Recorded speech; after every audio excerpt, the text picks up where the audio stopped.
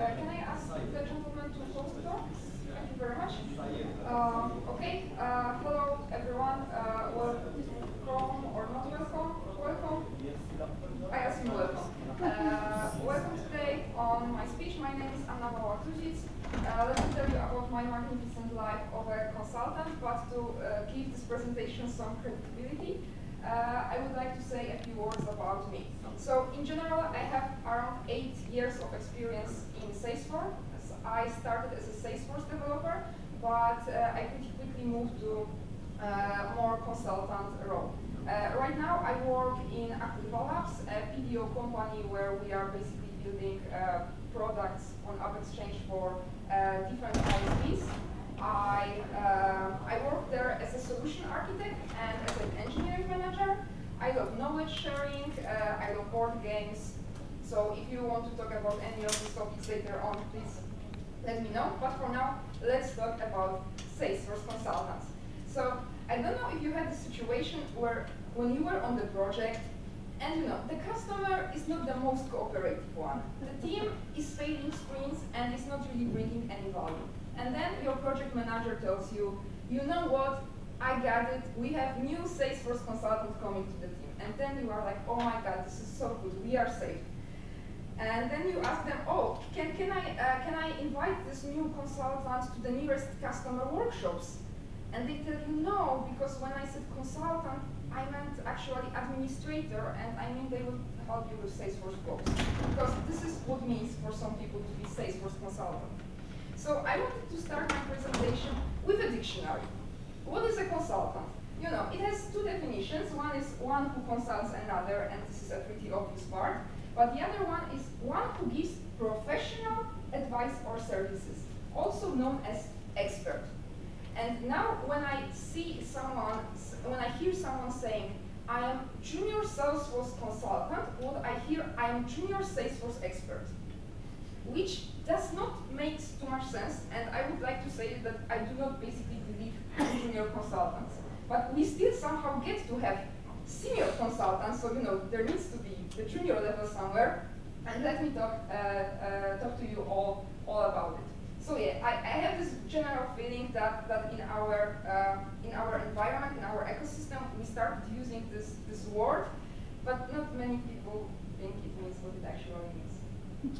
So before we say how to become one, let's decide on what are the features of perfect consultant. So I consider there are three basic elements. First of them is that this person needs to be business savvy. What does it mean? I don't need to explain to consultant what is the difference between B2B or B2C. I don't need to explain to the consultant what is lead scoring. I expect my consultants to be able to recommend to customers what is the best lead scoring method for our customers. This is what I expect them to be able to do. For example, if they specialize at Sales Cloud, as I do. If they specialize in service, I expect them to know what SLA is and what kind of milestones they can recommend to customer. I also expect them to have the Salesforce knowledge on the platform and on the high level. So it's not just that they know what lead scoring is. They need to know how to implement lead scoring on the Salesforce platform. Should I use Einstein? Should I recommend Marketing Cloud to my customer? Should I maybe do some custom solution? The customer needs, the consultant needs to know it all. And if you have someone who is recommending a perfect solution with opportunities, but then forgets that, for example, opportunities cannot be assigned to the queues, this is not good, right? You need your consultant to be both aware what are the great business processes and how are business processes implemented in Salesforce. Another great example for this one, my favorite, again from the Sales Cloud area, is the topic of leads. Lead means, again by dictionary, a potential customer. So, any customer before we close the deal. So, is opportunity a lead? It is for some of our customers. But on the other hand, for Salesforce, opportunity is not a lead. Lead is a separated object, right? Like lead is a lead, contact is a contact, opportunity is an opportunity. I expect my consultant to be able to explain to the customer what is the lead in Salesforce, what is opportunity in Salesforce, when to use one, when to use another. So these two elements are very much interconnected, and they are also interconnected with another virtue, to have analytical skills. Because I have this saying that you should not give your customer what they want. You should give them what they need. And to be able to do that, you need to really question them, and you need to have very good analytical skills. So, for example, let's take this beautiful lead scoring. This is my favorite topic. So let's take this beautiful lead scoring. Your customer says, we want a lead scoring method. And you are like, okay, and if you are maybe, you know, like casual business analyst, you are like, okay, what do you want to score on, and so on, so on. But if you are Salesforce consultant, you would ask why. And then after, you know, asking why one time, second time, third time, fourth time, fifth time, this is actually official method, 5 whys. Ask why 5 times. You may discover that they actually have problems with spam leads. You know, they have they have form on their website, and they get a lot of bots filling the form, and basically they want it to stop. They don't need lead scoring. They need CAPTCHA on their website, which is totally separated problem, much cheaper to implement, and you can do it like that, right, on the website. So you need all of this to be a perfect consultant. And you may say, Anna, but those are also virtues of a good solution architect, right? They need to have the business knowledge. To know the platform, to know the Salesforce, this is technical lead. And also, you know, like, as per my example, to do this whole conversation about gathering requirements, about knowing what the customer wants, the good business analyst does that. And this is actually the answer to what a consultant is. It's someone who has the features of all these people in one place. And that's why it is very difficult to be a good consultant. And that's why I do not believe in a junior consultant. But this slide also answers to the question how to become a consultant. So my personal road to become a consultant started from being like a technical lead. So I had a lot of Salesforce knowledge. I was good with the platform, and then I started understanding the Salesforce processes. I started understanding business. I was working closely with many customers from different areas. I was reading a lot, and then, you know, I've learned the business stuff. I had some analytical skills to begin with. I also have a friend who was great with marketing. Like, literally, he was working in marketing. You know, he was creating marketing campaigns for big Polish companies. He was very good with it. But he also had this kind of, you know, technical interest. He was, you know, writing some small scripts here and there, and then he discovered Marketing Cloud. So he learned how to program in Marketing Cloud, and with his marketing knowledge, and with his technical skills, even though, for example, his technical skills may or may not be lower than mine, he became a perfect consultant. He came from different background. He also had some, you know, analytical skills to begin with, and he became a great consultant. So the answer is basically, it's easy if you start as an expert in one field and then learn the other parts.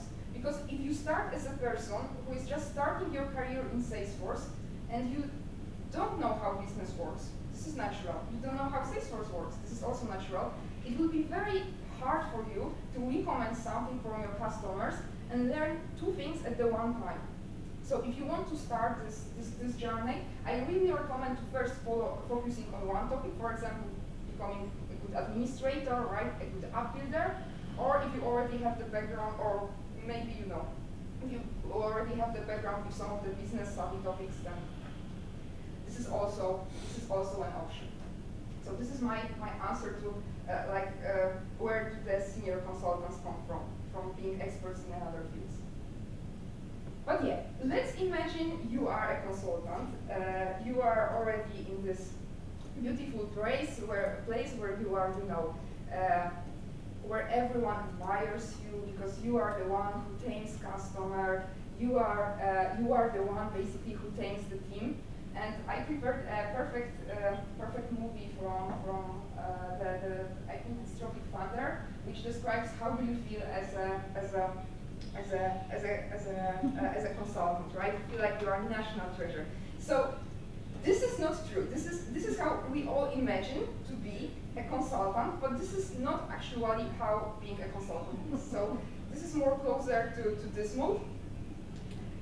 Because basically, as a consultant, you are on the fence. You are between your customer, who is not very willing to listen to you. They are paying you to do stuff. Why are you telling them to do something? On the other hand, you have the delivery team, and you impose on them some tasks like, guys, you need to consider this, remember about that and that and that, and they are like, we are paid to write code.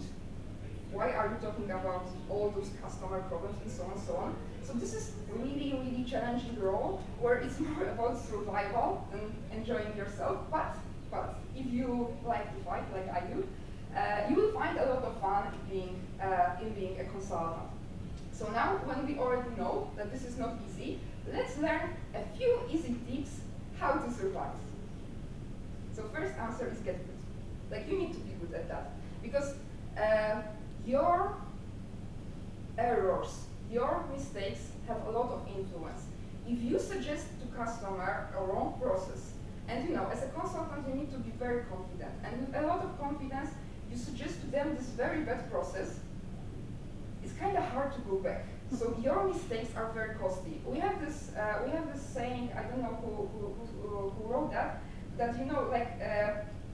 1 hour of analysis can save you 8 hours of debugging. Or as Jakub says, how do you say that? 1 week of coding can save you 1 hour of thinking. Yes, this is also perfect, but more negative. So basically, as a consultant, you do a lot of work at the beginning. So this is extremely important that you are good at what you are suggesting, but also know when to admit the defeat. When you can say, for example, I know that you are interested in lead scoring. Let me first ask a few questions, then I will come back with the solutions. Learn how to say no in some situations. What I think is very important as a Salesforce consultant, you need to be up to date with the platform features. Because as a consultant, you are not there to create complex technical solution. This is technical architect job, or maybe solution architect job, technical lead, whatever is the name in your company. But you are here to make sure that the Salesforce platform, because you are Salesforce consultant, remember, Salesforce expert, that after the customer paid this outrageous amount of money for Salesforce, they actually get what they want.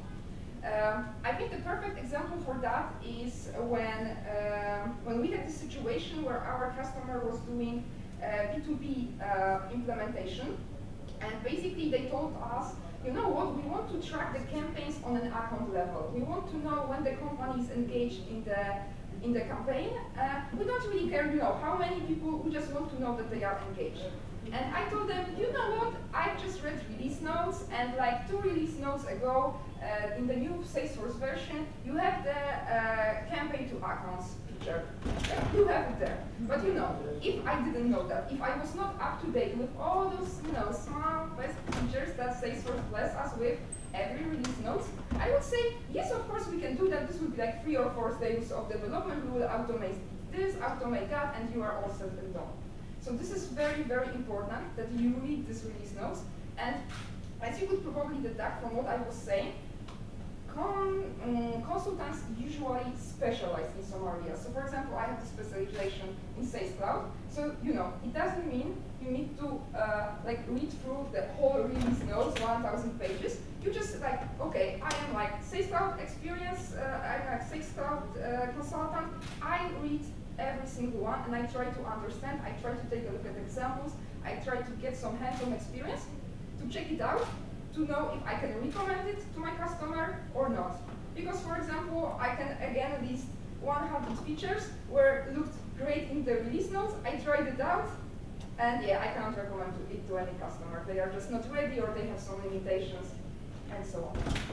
Second part, that I already mentioned about, is to not be afraid to challenge your customer assumptions. You are here to make them the best process. I think there were quite a few times when I was talking to the customer and they were very stubborn with their old, outdated, not Salesforce-like process. And I told them, guys, I think you want Excel. If you want Excel, we need to cancel this project, just say goodbye, and go.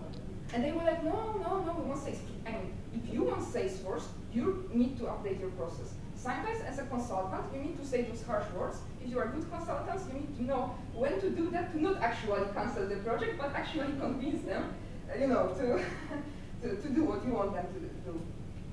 And yeah, make sure your team has the whole picture. So I focused a lot during this presentation on the relation with the customer. But I think that your relation with the delivery team is actually as much important. I know that I've said that I do not believe in junior consultants, but I must say that I also consider that every Salesforce professional needs to be a little bit of consultant, especially the technical people. Because, being a Salesforce developer is not exactly the same as being a Java developer. You are not hidden under 7 levels of abstractions, and the only place where you see your customer is on this Christmas card you receive once per year, right? You actually work very, very closely with customer requirements, with customer expectations. So you need to be interested in what you are doing. Why are we doing this scoring? Why this campaign has status nurturing? If the campaign is the nurturing, why we have this as a status, right? And if you make sure that your delivery team knows the customer objectives, knows the customer expectation, knows their goals, they actually become your allies. They actually can do part of your job for you. They can question your customer assumption. They can suggest to you Salesforce features that you forgot or just plainly do not know about if they know what customer wants. If you treat them like an ant, just do what I ask you to do, they will not provide you back with the ideas, with the solutions. They will just do what they are told to do. But if you empower them, if you share with them some of your knowledge, then actually you can get a small group of very nice small junior consultants that submit you with ideas, like perfect solutions. So this is also your job as a consultant, to make sure that your team is getting this business background. And maybe in 1, 2, 3 years, some of those, the more people who like the contact with the customer, maybe in 2 or 3 years, they become the consultants themselves. This is what happened to me. I had very good mentors who were encouraging me to think as a developer. And then, at one point I was leading workshops, but this was actually very bad because it was we arrived at the workshops and my boss told me, yeah, Anna, so you are leading it. Don't do that. No, this was the bad one, but I learned a lot. So I'm very thankful and yeah, very stressed. But you know what, this is my view, on the consultant work and consultant journey, but I would like to share with you a very nice useful resource I found. This is an article from Salesforce Ben. It explains what is a Salesforce consultant and what is the path. They do have the junior consultant term, but they explain that it basically means administrator or app builder. So, this is something I can survive with. And they also have a lot of links to trailheads, to some other resources where you can learn about the consultant ways. So, what I'm saying is basically nothing new. A lot of this is in the trailhead. And yes, Salesforce Ben does an excellent job on actually suggesting you the proper way. So if you are in the place where you want to start your career, I ask you to be very careful with this consultant title. Maybe search for administrator or app builder, or if it really says consultant, please check what does it mean, because it can be really confusing. But whatever is ahead on your road, I hope you will all succeed, and I hope you will make your customer, your team, and what is most important, me, very proud. So thank you very much. Let me check my time, and I'm happy to take a lot of questions if you have them. Yes. Would you say that it's easier to start from the technical path or from business background? I mean, I think it's easier to start from the technical path. The reason for that is you get a pretty good hands-on experience with the platform. So it means you not only read about it in the trailhead, you actually, fought with the flows, fought with, I don't know, approval processes, with permissions, with layouts. But also, as a technical person, it was much harder for me to, understand all these strange concepts, these acronyms like KPIs, ROIs, and so on and so on. So I believe my path was easier, but I think it depends on the person. For sure, this example I gave previously with Marketing Cloud, considering that Marketing Cloud consultants are very much hands-on people still, because the solution is less complex than the standard platform. It's easier to become Marketing Cloud consultant from the marketing side. With Salesforce, because the platform is so huge, I think it's easier from the technical side. Yes? How much time do you think it will take to be a consultant? And so again, it depends on where do you start from. But I would consider if you start from like a not knowing Salesforce level, yes. I would say this is like, to be honest, consultant, it's at least 2 to 3 years. Because you need around 1 year to learn Salesforce to be good enough. If you focus on just one area, like Marketing Cloud or Sales Cloud or Service Cloud or something like this, I would say around a year to really know the platform. And then depending on your previous analytical skill, you still need to learn how to be a good business analyst.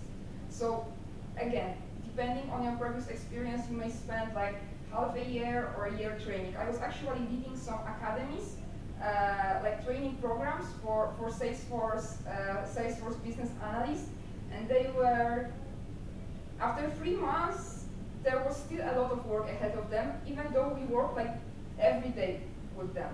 There was still a lot of work, because you need experience. You need to, do one workshop, second workshop, third workshop. I'm not saying alone. You can do it with someone, but you need to, experience different customer problems. You need to try out different analysis methods. So then, yeah, another like year or something to learn the analysis. If you are good, you will also catch up with the business stuff during that time. If if the projects are strange or distributed or something, you may need to spend some time during that time or additionally to actually learn the business stuff. So I think that this is, because it's like the most demanding role, I believe, from all in Salesforce, because it's so versatile. It's like up to 3 years until you can like really do that, because like you need to be an expert, so it takes some time.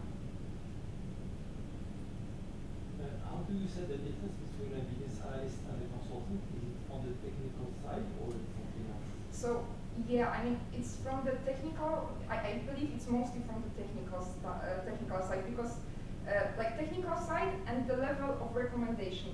From my experience, not all the business analysts are willing to force a process on the customer. Consultants should be able to, maybe not a force is a strong word, but they should be able to say, this is the Salesforce way. Why we are not doing that? Business analyst I consider a little bit softer role, and yeah, not all business analysts know the Salesforce platform, and not all of them be like, oh yeah, you want to do this, let's use that, and then I steer the analysis to be sure that is this feature okay, or do we need to do custom? So this is not something that business analysts very often do. If they do, I would consider them to be consultants. Yes? I'm curious to know your favorite thing about being a consultant, and then your least favorite thing. I think my favorite thing is what I said previously, is the fighting part, is the negotiation part, where like I can discover all the stuff, then make my customer believe that the Salesforce can really answer the needs, show this to them, and they are like, at first they are like, yeah, okay, so okay, we paid for that, okay, but then they are like, oh my God, Anna, this is so good, it was right. So it is really a rewarding experience when you encourage them to do these ideas, and then you discover that they were actually very good ideas. What I think I don't like about the role, I mean, the first thing that came to my mind was, I suppose, responsibility. Because very rarely was I working on a project where there was a lot of consultants. Usually I was alone, I was with some maybe technical architect or maybe with a business analyst to help me, but very rarely there was, like 6 of us where I could, bounce the ideas. So sometimes it's like, if you don't know what to do, no one else will basically help you, and it's very hard to ask your mentor without, explaining 3 months of workshops and so on. So I think the responsibility is maybe not something that I least like, but what makes me anxious about this role. Because basically I really enjoy it, but sometimes it's like, this is a lot. This is just a lot, and you don't really get a break. I feel like you get into consulting thanks to your analysis skills, so you're able to analyze the client situation and to make recommendations based on the technical abilities. But the more you climb the ladder, the more is your sales skills that matter the most. So and the analytical skills are very different from the sales skills. And usually someone who is very analytical will be very bad at sales, and vice versa. So how do you manage that? I mean, maybe for you first, and maybe for you. Maybe just one question in the same area. How to manage the situation when the guy who is selling some days of consultant is saying something that maybe the Salesforce consultant don't know, and the consultant is facing the customer who have different, is waiting something else from you, and that you don't know. There is a kind of frustration from the Okay, so let me answer this one first, because this one is more complicated. So basically, as every good Salesforce professional or every person, you need to learn what to say. This is a very interesting question. Let me answer this one later, because this is absolutely okay answer. Sometimes you are not able to answer on the spot, and I think it actually gives you more credibility that you don't try, to be like a student on the exam, yeah, and I think it's okay, I think this is a difficult topic. I need to, reach out to my colleagues, look at my notes, whatever you say, prepare a golden sentence and use it. And I think it's totally okay, and I just use it sometimes. About the sales skills, this is actually a very good question, because I think when I was describing the perfect consultant, I think I forgot about this part. So this is something, for example, I personally have, and maybe I kind of mix this with the confidence part. That, being a salesperson is along about being confident. It's along about when you are describing to your customer a pile of not pleasant things, they are like, oh my god, this sounds so exciting, when can I buy it? So I think if you are, confident enough in what you believe, this is kind of translates to sales skill.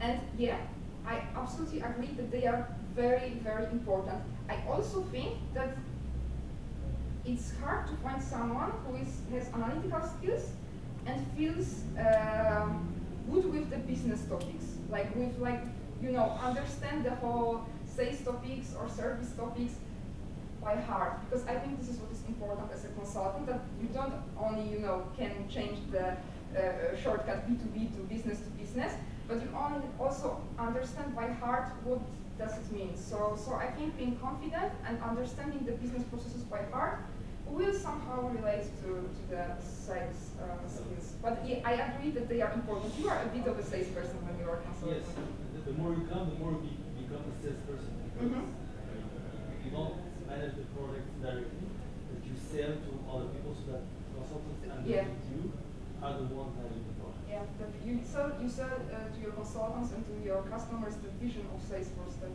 you want them to believe. That's true. That's true. I think we are closing on time, and I can see that there are not many more questions. So thank you very much. Thank you. And if you have any more questions, you can always find me either on LinkedIn my name is Wałach-Dudzic, and yeah, you can find me on LinkedIn, or just let me know, or just let me know after the conference. I'm staying here tomorrow. Thank you very much. Thank you.